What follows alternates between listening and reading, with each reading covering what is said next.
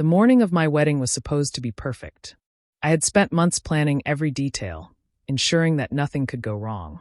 But as I stood in the bridal suite, adjusting my veil with my maid of honor, the door suddenly burst open. Lucas's mother stormed in, dressed in an extravagant blue gown, holding a folder and a pen. Without so much as a greeting, she shoved the folder into my hands and said, "Sign this, or there won't be a wedding." For a moment, I could only stare at her in stunned silence. My maid of honor looked equally shocked. What is this?" I finally managed to ask. "A prenuptial agreement," she declared, her voice cold and commanding. "It's to protect my son. Sign it now, or this wedding is off." I wasn't against the idea of a prenup. Lucas and I had simply never discussed it. But the fact that his mother was throwing this at me on my wedding day, with an ultimatum, made my stomach twist. I hesitated before opening the folder, my eyes scanning the pages. The terms were outrageous. If we ever divorced, I would walk away with nothing. Every dollar I earned would be controlled by his family. His mother could visit our home whenever she pleased, without notice. And if Lucas wanted to end the marriage, I would be required to vacate immediately, taking only what I had brought with me. "You can't be serious," I whispered, feeling my hands tremble. But she was dead serious. "Sign it." Before I could respond, Lucas entered the room. His eyes landed on the contract, and his expression darkened. He snatched the folder from my hands, quickly scanning its contents. Then, without a second thought, he tore the papers into pieces. His mother gasped, her face turning red with fury. "Lucas, what are you doing?" "I'm not marrying a contract, Mom. I'm marrying her," he said firmly. He turned to me, his voice softer now.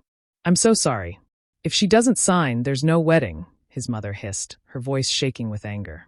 Lucas exhaled sharply, then reached into his jacket and pulled out a folder of his own. He held it out to her. "Then here's a contract for you."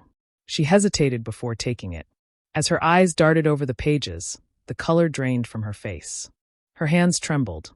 "Where did you get this?" she whispered, her voice barely audible. Lucas crossed his arms. "That doesn't matter. What matters is that if you don't leave this room and let us get married, I'll make everything in that folder public." I had never seen her look so terrified. Without another word, she clutched the folder, turned on her heel, and left the room. My maid of honor let out a shaky laugh. Well, that was dramatic. Dramatic didn't even begin to cover it. Despite the rocky start, the ceremony itself was beautiful. Lucas and I exchanged vows, slipped rings onto each other's fingers, and for a brief, blissful moment, I thought we had won. Lucas had stood up to his mother. She had backed off, and we were finally married. But the moment we stepped into the reception hall, I felt a familiar unease creeping in. Lucas's mother was there, sitting at one of the front tables, sipping champagne as if she owned the place. She hadn't been invited to the reception, but of course, that hadn't stopped her. I squeezed Lucas's hand. "Why is she still here?" He sighed, his jaw tightening. "She wasn't supposed to be." I tried to ignore her, determined to enjoy our celebration. But she wasn't done yet. The first issue seemed small. When dinner was served, the plates placed before us were completely different from what we had ordered. Lucas and I exchanged confused glances. I flagged down our wedding planner. "What happened to the filet mignon and salmon?" She looked mortified. I don't know. Let me check." Minutes later, she returned, looking like she wanted to vanish. The caterer said, "The groom's mother made last-minute changes this morning. She told them she was in charge." Lucas's fork clattered against his plate. "Of course she did." I took a slow breath. "It's just food," I told myself. "We can deal with this." Then came the speeches. My maid of honor gave a heartfelt toast that brought tears to my eyes. Lucas's best man followed with a speech that was both touching and hilarious. And then, before the DJ could continue, Lucas's mother seized the microphone. The room fell silent. She smiled, but it wasn't a kind smile. "Well, since I'm the mother of the groom, I think I should say a few words." Lucas muttered, "Mom, sit down."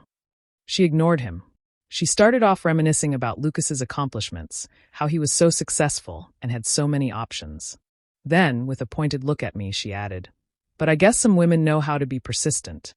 A few guests chuckled awkwardly, not realizing it was an insult. I clenched my fists beneath the table. Then she delivered the real blow.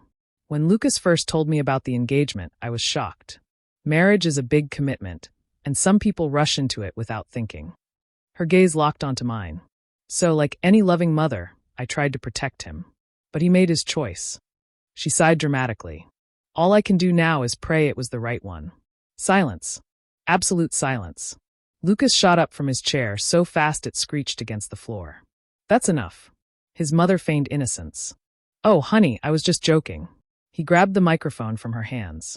We talked about this. You weren't even supposed to be here. She gasped, pressing a hand to her chest as if he had wounded her. Are you saying I'm not welcome at my own son's wedding? Lucas didn't hesitate. That's exactly what I'm saying. Go home, Mom. Now. She shot me a look filled with venom before storming out. For the first time that day, I felt like I could finally breathe. But I should have known better. Lucas and I left for our honeymoon, escaping to a world where his mother didn't exist. For 10 perfect days, we focused on each other, untouched by her meddling. But when we returned home, everything blew up. When Lucas and I returned from our honeymoon, still wrapped in the glow of newlywed bliss, we expected to walk into our apartment and settle into our new life together. Instead, we stepped into chaos. Half of our belongings were gone. Furniture, electronics, personal items vanished without a trace. My first thought was that we had been robbed, but then I saw the note on the kitchen counter. Since you refused to sign a fair contract, I am simply ensuring my son is protected. He will thank me later. Your mother-in-law. My vision blurred with rage. My hands trembled as I gripped the note, my breath coming in short gasps. Lucas, standing frozen beside me, clenched his fists before snatching his phone from his pocket and dialing. The moment his mother answered, he didn't hold back. What the hell did you do? His voice was sharp, filled with barely contained fury. Calm down, dear, she replied in that sickly sweet tone she used when she wanted to pretend she was reasonable. I simply took what was rightfully his. You stole from us.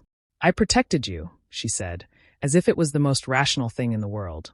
Lucas hung up on her and immediately called the police. But because she still had a key, one she'd kept from before we moved in, the officers told us it was a civil matter, not a break-in. There was nothing they could do. I felt sick. She had planned this, calculated every step, knowing exactly how to twist the system in her favor. But what she didn't know was that we had been waiting for this moment. The folder Lucas had given her on our wedding day, the one that made her go pale, was our secret weapon. Inside, we had collected every dirty secret we could find. Years of financial fraud, tax evasion, hidden accounts siphoned away from Lucas's father. But the worst of all, she had forged Lucas's signature on a massive loan, tying him to debt he never agreed to. For months, we had held on to this information, waiting for the right time. She had just handed us our opportunity on a silver platter. Lucas gave her one last chance. He sent a single message. Return everything you stole, apologize, and stay out of our lives. Or I turn everything over to the authorities. She responded with a laugh. You wouldn't dare. Lucas's answer was simple. Watch me. And then he did. He went straight to the authorities and reported every crime she had committed. Fraud, tax evasion, identity theft. We thought she would panic, try to manipulate her way out. But instead, she vanished. Calls went straight to voicemail. Messages were ignored. It was as if she had disappeared completely. Then, a week later, Lucas's father called. His voice was shaky, urgent. I need to see you. Now. We met him at a small diner. He looked exhausted, like he had aged years in just days. With a trembling hand, he slid a folder across the table. You need to see this. Lucas opened it, and I saw the color drain from his face. The folder was filled with bank withdrawals, asset transfers, and property sales. She drained everything, his father said, his voice hollow. She emptied accounts, sold off assets, and ran. She took everything. A note had been left behind, short and final. I'm starting fresh. She knew she was caught, and rather than face the consequences, she fled. At first, we thought that was the end of it. But then the harassment began. An anonymous caller spread false rumors about me at work. Lucas's office received a tip accusing him of embezzlement, completely fabricated. Strange packages started arriving at our apartment. Boxes filled with expired food, old shoes, even a bouquet of dead flowers. She was out for revenge. One night, after a long day, Lucas and I stepped into our apartment, and something felt off. The air smelled different, stale, like someone had been inside.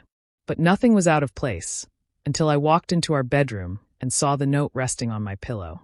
I will always be one step ahead of you. A scream tore from my throat. Lucas rushed in, his eyes darting to the note before he turned to search the apartment. The locks weren't broken. The windows were shut. But she had been here. That was the final straw. The very next morning, we changed the locks, installed security cameras, and filed a police report. But again, because nothing was stolen or damaged, there wasn't much they could do. If she wanted a war, we were done playing defense. For weeks, we dug through every financial record, property sale, and legal document we could find. And then one night we found it, her mistake. She had bought a house in another state under a fake name. She thought she was safe. But she had made one fatal error. She had used Lucas's stolen identity to secure part of the funding. That was all we needed. We contacted the authorities in that state, handed over every piece of evidence, and waited. 1 month later, during dinner, Lucas's phone rang. A clipped voice on the other end confirmed the news. She had been arrested. The woman who had spent her life controlling everyone and everything had lost control. Her first phone call from jail was to Lucas. Her voice, for the first time, was laced with desperation. "How could you do this to your own mother?" Lucas didn't hesitate. "I'm just protecting myself.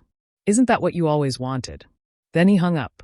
Even with her behind bars, I couldn't shake the feeling that she would find a way out. She had spent her life bending the rules in her favor.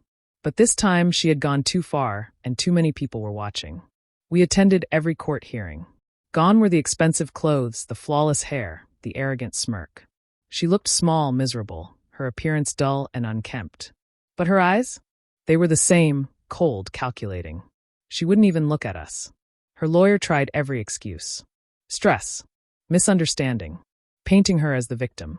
But the evidence was too damning. When the judge delivered the sentence, 6 years in prison for identity theft, fraud, and forgery, she finally turned to Lucas, her gaze burning with resentment. "This is your fault. No apology. No regret.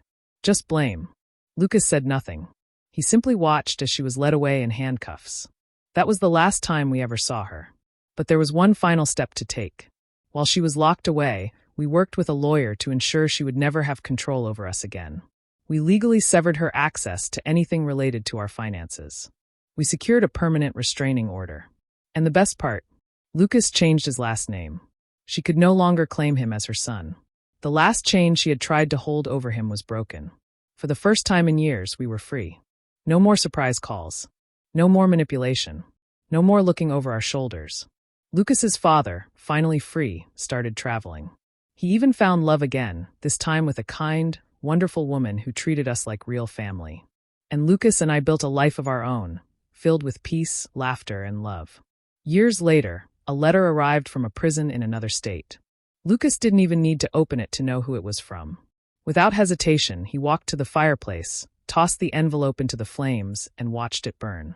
Then, with a smile, he turned to me and said, "Some letters aren't worth reading." And that was the real end.